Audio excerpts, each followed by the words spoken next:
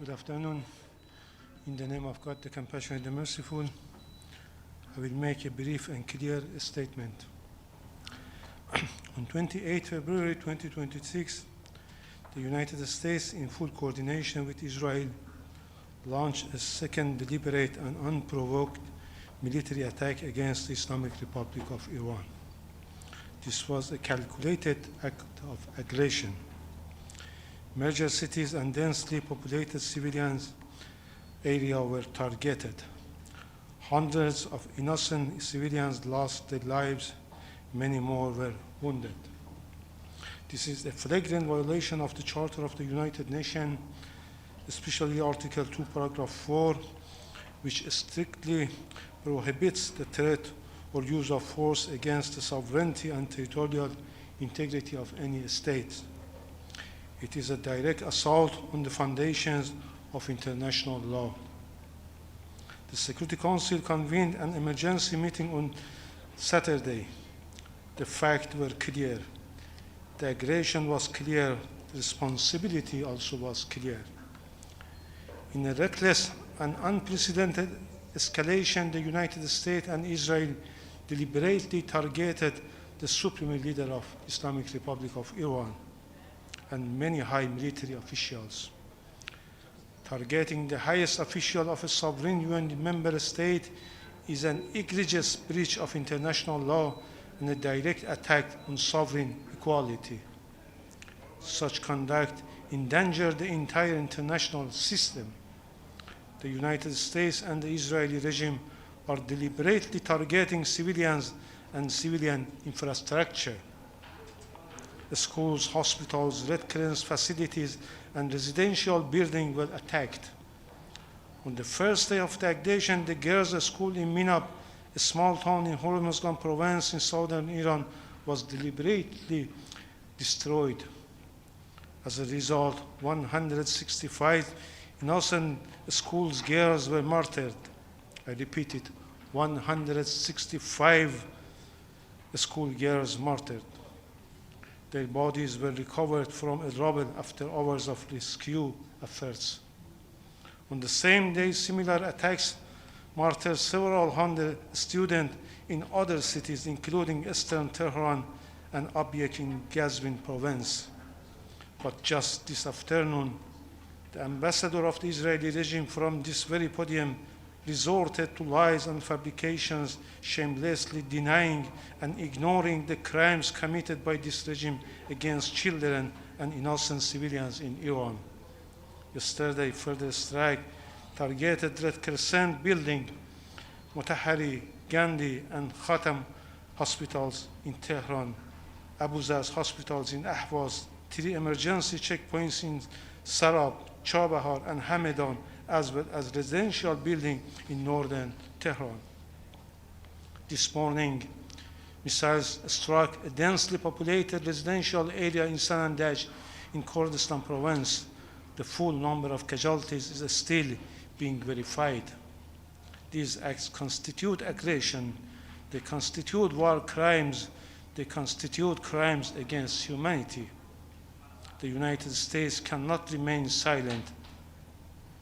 The United Nations cannot remain silent. Accountability is not optional.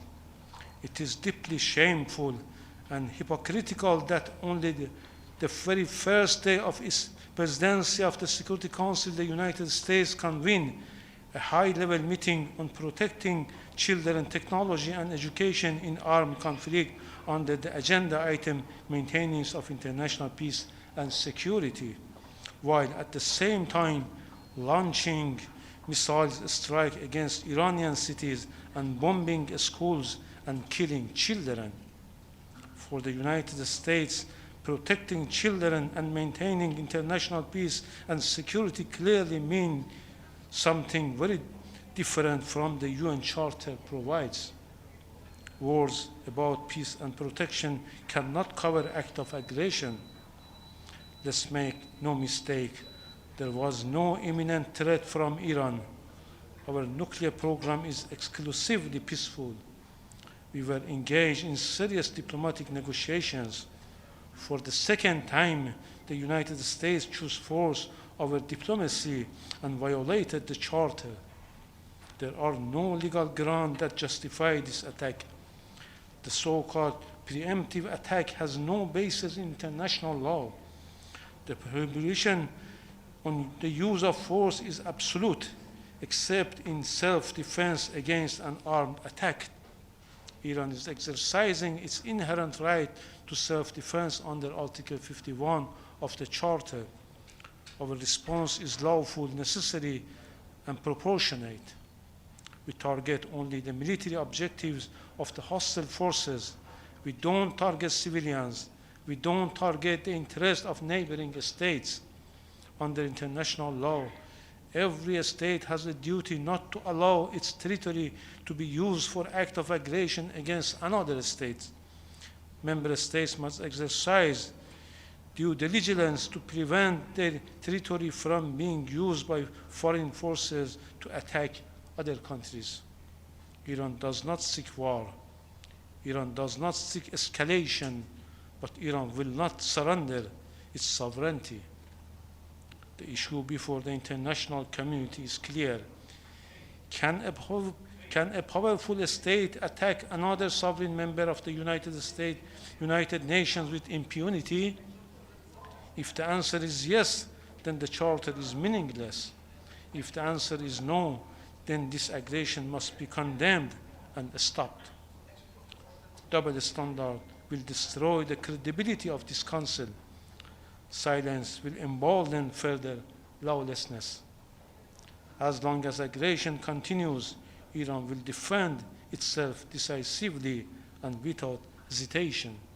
The Security Council must act firmly, clearly, and without ambiguity.